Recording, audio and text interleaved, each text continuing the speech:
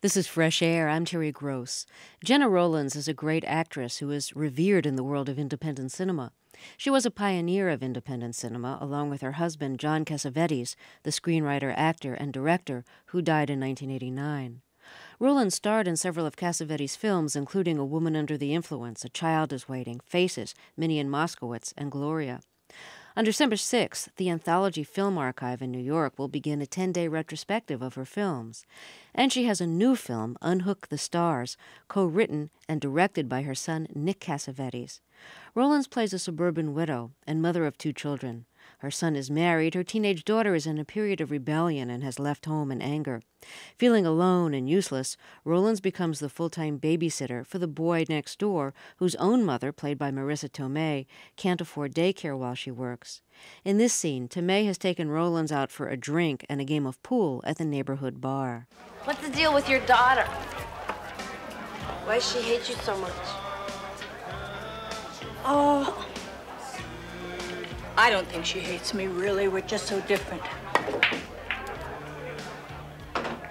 She's right at that age I can't stand. She hates being told what to do. She does everything wrong.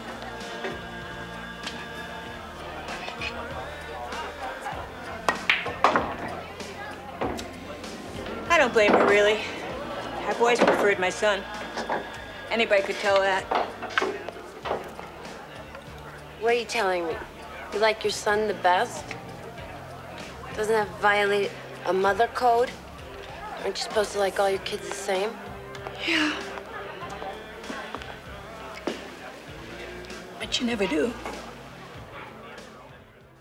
Gena Rowlands, welcome to Fresh Air. I want you to describe the mother that you play in Unhook the Stars. Well, she is a Midwesterner, a woman who has been very happy in her marriage and the raising of her children. She's a woman who hasn't had any other kind of work. And then she suddenly finds herself in the position of her husband is dead and her children are grown and out on their own, and she hits that wall of like thick air that she just doesn't know whether she's coming or going, even though she's not a woman that panics easily. I think it's a feeling that men get when they retire from work. That's where she finds herself at the opening of the picture.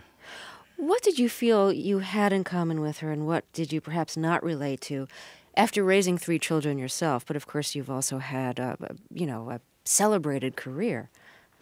I can't say, of course, that my life is like Mildred's because, as you say, I've always worked, I've always been an actress, and it's a very different kind of life. But I have had children, I have loved a man, I have lost a husband, and my children have, moved out and grown up and gone off on me. And then I would think the most autobiographical part would be the relationship of Mildred, the character that I play, with the little boy across the street that it was Marissa Tomei's son, who I start taking care of for her while she's working and separated from her husband. What was autobiographical about that? The relationship between Mildred and the little boy was much as mine was with my son when he was little. Well, one of the wonderful things about the mother Mildred in Unhook the Stars, she's the kind of mother who knows how to provide structure and protection for a child. How to, read to him and just make every little thing in the world seem like there's an interesting story behind it. Finding just like a safe, structured place for a child. Were you that kind of mother who really knows how to do that? Not every mother does.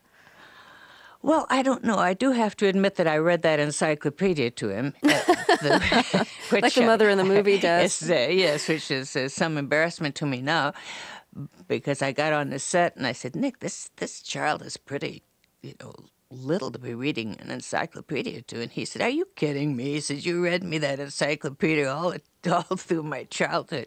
And, I had honestly forgotten. But I plead mother madness because, when you're a young mother and you have a child, you want to teach him every single thing in the world. And I guess it makes a certain sense to start from A and go to Z in the encyclopedia, but it's a pretty heavy trip, too. Gena Rowlands is my guest, and she's starring in the new movie Unhook the Stars. Now, I'm thinking about another role that you played in which there was, you played a mother figure, not exactly a mother. I'm thinking of Gloria, your 1980 movie, which Sharon Stone is remaking. I love. That's what I hear. Yeah, I love this movie, Gloria. You play a woman who used to be connected to the mob, and you're asked by neighbors who know that they're about to be executed by the mob to take care of their 6-year-old son. Now, the mob is going to be after the son, too, because the parents have given the son the books that they kept on the mob business. Now, your character, Gloria, doesn't think she has any maternal feelings, and she wants to ditch the kid. But when she's standing on the street and the mob guys come to get the kid, she blows them away, and then she and the kid really start to bond. How did you play the mother figure differently in both of these roles? In one, you're this, really tough, gun-toting woman, and in the other, you're, a Middle Western woman who has been a homemaker all of her life. I think that the maternal instinct was as great a surprise to Gloria as anything ever could have been. I think it was instinctive. It's just that desire to protect a child that a woman has, and probably men have too. And also, she realized they were going to kill him. She wasn't shocked or surprised by it. She knew them. She'd been there in association with them, and she just couldn't let it happen. Gloria was, in a way, really out of character film for you. It's an action film in a way, and you're pretty handy with a gun in the film. Not your typical role. Did you enjoy that change of pace? I loved it. It was such a fantasy. I mean, it's essentially here I am, and I'm going to take on the whole mafia and beat them. Which is sort of an incredible power trip. While being very motherly at the same time. Yes, while being very motherly at the time. But it was. I remember it was so strange carrying that gun at first. And then after a while, because I always carried it in my purse, so I could shoot through the purse if I needed to. Gloria, I'm speaking of, not me. And then afterwards, I was carrying the purse because, the prop man comes and takes it from you so there won't be an accident or anything at every occasion. And then all of a sudden, my purse would seem very light. And I thought, you get used to things very quickly and depend on things very quickly. It was, the whole thing was, and it was a tough picture physically because I was running around those 4-inch heels, sandals, and carrying the child over my shoulder and running through Harlem and, 98 degrees heat and 1,000 humidity or something, so that it was a picture you got into shape very quickly. A Woman Under the Influence, directed by your late husband, John Cassavetes. You played a woman married to a character played by Peter Falk. And you're having a nervous breakdown, and you just unravel more and more as the movie goes on. Had you seen somebody going through that before taking on the role? Somebody who you could think about while doing the movie? Not one person. I wasn't thinking of one person, but I have seen people who so loved another person that it became an obligation to the other person. It wasn't a wonderful thing, and the person who loved too much developed nothing else in her life, so that when that love was withdrawn from her, that she had nothing to fall back on. I have seen that several times. And how did you use that in the movie? Well, just you think you study your part. I mean, just the way you would think that you do. A part is like reading a detective story. You are presented with you don't write it, you don't start it in the middle. You interpret it, and very often you find things that they're doing, the character that you're doing that puzzles you, and you wonder how and why, and so you take as much of, because I believe that all of us have every quality, all of us. It's a matter of degree, and acting is a matter of increasing the degree or decreasing. But it's always there, and you can always find it inside of you. It's just a matter, very often, of just sitting for quite a long time and thinking about things. And when you come to something that is extremely puzzling, to figure it out and think about things that you've seen and heard and people you've known. And all you need is just a little it can be like a little piece of rice. But once you have the feeling, then you can enlarge it and take it where you wish to. Were you enlarging on your own insecurities when playing the role in A Woman Under the Influence? And if so, if you have to draw on your own feelings to do that, did you feel in a very vulnerable state while making the movie? It's strange that I did feel in a very vulnerable state, but I wouldn't say that part is very like me. Which is puzzling in a way because it affected me very deeply. I walked a little closer to the line than perhaps I should have in that, because it remained with me for a long time after the movie was over. I could hardly see a woman, waiting for her children at a school bus without my eyes filling up with tears, or a woman walking along talking to herself, which you see so often, so very often. And then I would think of Mabel, and I'd miss her. When you play a lot of characters, even though you're finished with them, at the end of the movie, they don't ever really go away. They're always in your head and in your emotions, and you wonder what happened to them, what they're doing now, and how things worked out. It's sort of like a novel that you never quite get out of. If you're just joining us, my guest is Gena Rowlands, and she's starring in the new movie Unhook the Stars, which is directed by her son, Nick Cassavetes. Let's take a short break, and then we'll talk some more. This is Fresh Air. Back with Gena Rowlands. She's starring in the new movie Unhook the Stars. You were honored in 1994 by the Sundance Film Festival for your work in and support of independent film. You and your late husband, John Cassavetes, were making independent films before I think there was even a name for it. I mean, you were yes. You were really yes, pioneers of that in the movie industry. Why did you start? Why did you start finding your own little niche away from the larger industry? Well, of course, as you say, you don't think of yourself as a pioneer, or even you don't think of yourself in any particular way. It's just that you want to express a different kind of story, a different kind of... we felt that there's so much more that could be said on film, and that films could be much more personal to the audience, that you could do pictures that were actually something that people would relate to because it was in their own lives. Because all of them really essentially are about love and the loss of love, or how to survive love, or how to find love, or how to keep love, or what you do with it, which is really the eternal problem for all of us.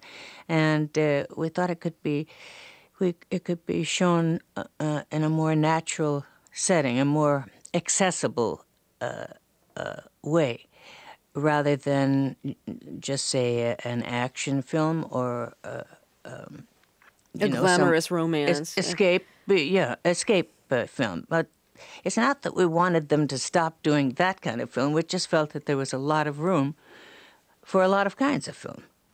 Now, film equipment wasn't as affordable or accessible then as it is now.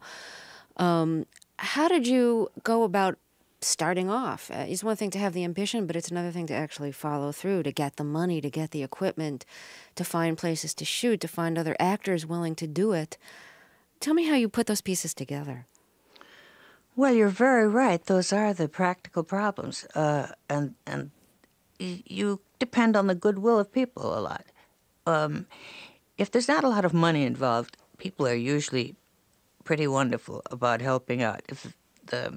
And we didn't, have doodles for money, and so people would lend a camera. The Kodak people would give us short ends of film. The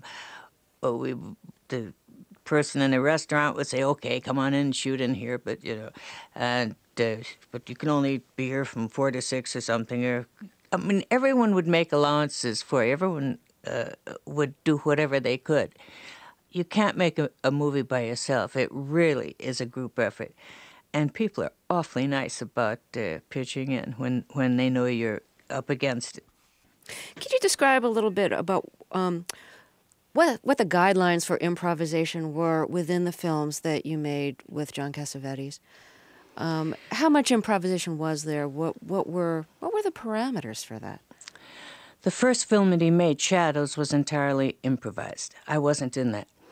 And so then he did develop a reputation from that as doing everything improvisationally. But actually, after that, he always had a script, and not just a thrown-together script, a real script. But then when we would if you'd have a problem with a scene, or John's theory was that if he got a bunch of good actors together and there was a problem, that it was the writer's problem. So then we would stop and would talk about it, rehearse, improvise, and work about it as much as we needed to. And then when we thought we had it, he'd go in and sit down and write the scene from the improvisation the way he wanted it. And that's how we did most of them. Not all of them. There were lots of improvisations all the way through to the last films that we made, but mainly they were very scripted. And so even the parts that were improvised, by the time you did the final take, it had been scripted based on the improvisation. Mostly. I was thinking of one that is just the opposite of that. In our last picture, Love Streams, I played a woman who loved too much, loved her husband too much, loved her children too much. I did everything too much. I carried too much luggage. And I believed that love was a stream that could never, ever stop. And this I believed in spite of the fact that my husband just couldn't stand me. And my child was just right along his side because she just drove everybody crazy with her excessiveness. It says in the script that she calls the husband home from a business meeting and the child home from school because she knows that they are not getting enough fun out of life, and that they are wasting their time with this sort of thing. So they come home thinking something important is happening, and then there's just this one little sentence, really, and it said they come home and sit down, she makes them laugh. And I said, "What does that mean, John? And how does she make them laugh?" He said, "Don't worry about it." He said, "I've got something great planned. You're going to love it." And I said, "Well, but do you have any hints or anything?" He said, "No." He said, "I don't want to ruin it for you." He said, just wait." And I said, "This is making me hysterical." And he said, "No, I'm telling you." He said, I don't want to even give it away." So we got to the day that we were going to shoot, and he said, "Stay in the dressing room. I don't want you to see the preparations." And I really was truly hysterical. And finally he came and he said, "Okay." He said, "Now come on out." And we were shooting in the backyard of this beautiful home, and there was Seymour Cassell and Risa Blewett, who were playing my husband and child, and they're both sitting there. And they had a long picnic table. And on top of the picnic table, there were about 100 of those, those crazy little games that you see, those chattering false teeth and eyes that pop out on springs and ketchup bottles that look like they're getting stuff all over you. All that terrible, those joke store games. And John said, "There, what do you think?" I said, "What do you mean, what do I think? Well, what am I supposed to do here?" He said, "Make them laugh." I said, "With these," I said, "Which ones?" He said, "All of them." He said, "We got a minute to shoot it." He said, "And use every one, make them laugh, and then go jump off the diving board into the pool." So I said, "Well, shall we rehearse?" He said, "No, no, no, no." He said, I don't want to ruin the spontaneity of it." He said, "Okay, roll them." And so I just wildly started, with the eyes and the ketchup and the thing. And of course, he had already told them not to laugh because in their characters, they were not amused that they'd been brought home, And so now I got wilder and wilder trying, just anything to. And finally, the minute had gone by and I went and jumped off the diving board. Then, of course, I realized why I was jumping off the diving board because he had it planned that they weren't going to laugh. Now, that kind of improvisation was quite rare because there was no rehearsal, there was no talking, there was nothing. It was just you just went for it, and he was right. It was more fun to do that scene. It's when I look back on it with a lot of happiness.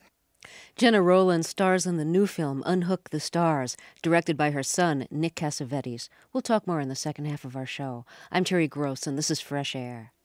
This is Fresh Air. I'm Terry Gross, back with more of our interview with actress Gena Rowlands. Several of her best-known films were directed by her late husband, John Cassavetes, including Gloria, A Woman Under the Influence, and Faces. Her new film, Unhook the Stars, was directed and co-written by their son, Nick Cassavetes. Your father, I believe, was a state senator when you were growing up. Do I have that right? Yes. Mm-hmm. In Wisconsin. In Wisconsin. And this was U.S. Senate? Oh, state senator, no, right? No, in the state senate. State Senate, Progressive Party, which doesn't exist anymore. It was the La Follette Party, and it was, very much. Wisconsin is an agricultural state, and it was, very concerned with the citizens getting roads and getting access for the farmers to get their produce to the trains and the trucks and that kind of practical sort of it must be kind of nice, really. I think how hard it is to be president, but working within a state, you can really get quite a lot done for your state, and I think he enjoyed it. Did you ever have to be the model daughter while your father was in politics, or is that also too far in the past to remember? Well, I was not a hard child because I was a sick child. I was an invalid when I was little, and so I wasn't much of a handful. I was lying around looking pale and reading books and things, so that I don't think that it was the same as if they had to trot me out, with my little velveteen collar on or anything. I wasn't very involved in it. What were you sick with? I don't know, some weird kidney disease, and then that went into double pneumonia, and then that went into something. I think what I really think is my immune system probably was just not very developed, and because when I got to be a teenager, I'd never been sick again, and I don't know. It was just one thing after another, but.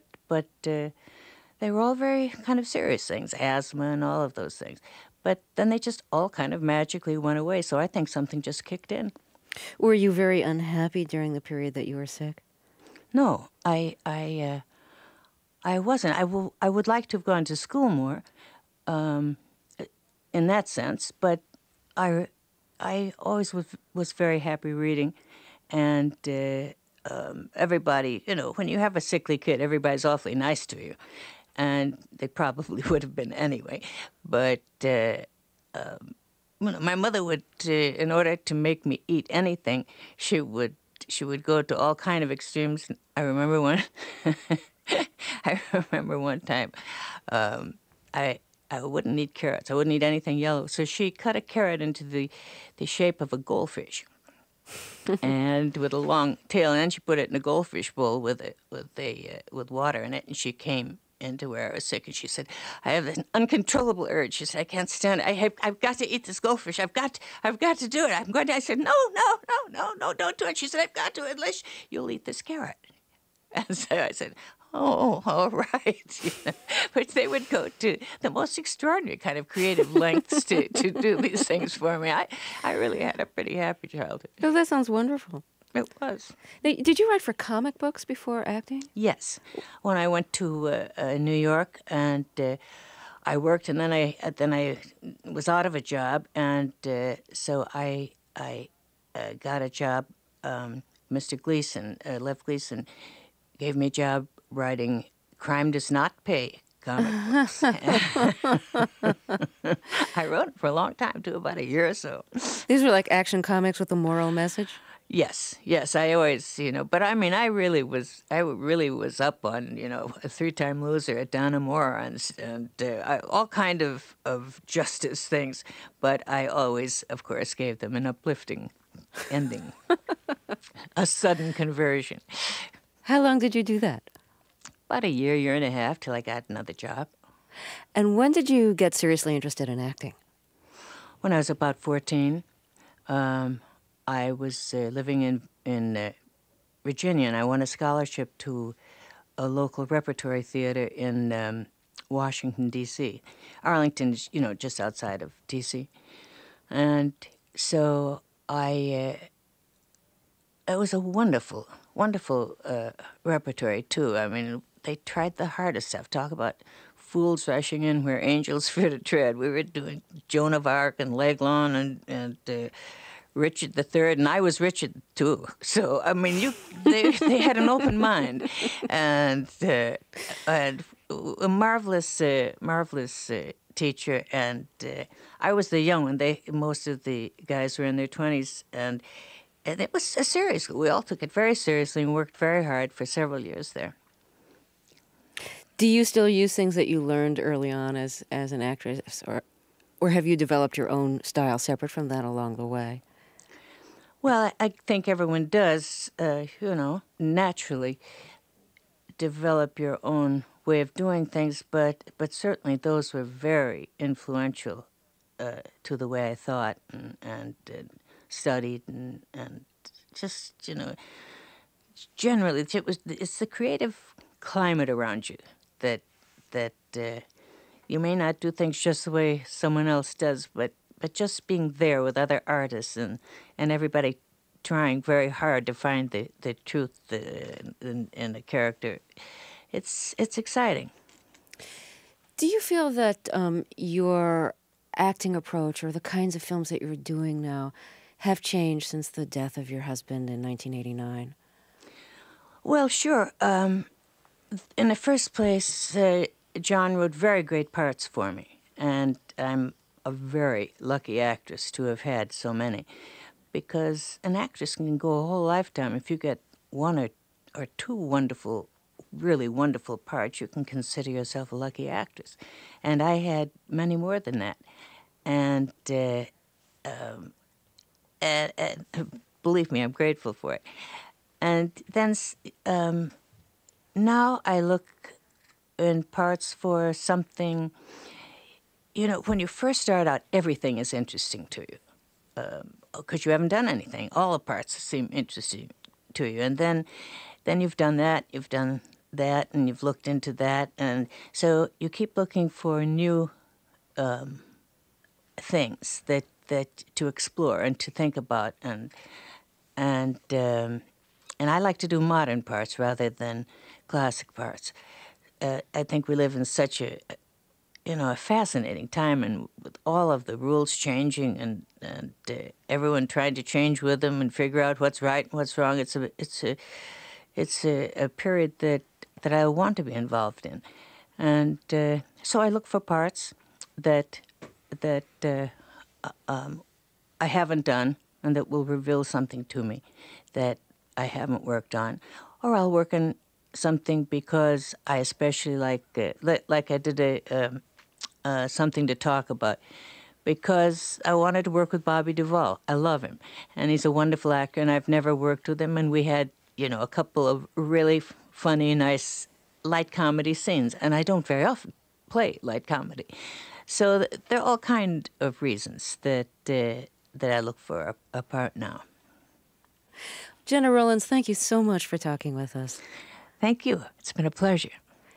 Gena Rowlands stars in the new film Unhook the Stars. Fresh Air's senior producer is Danny Miller. Roberta Sherrock directs the show. I'm Terry Gross.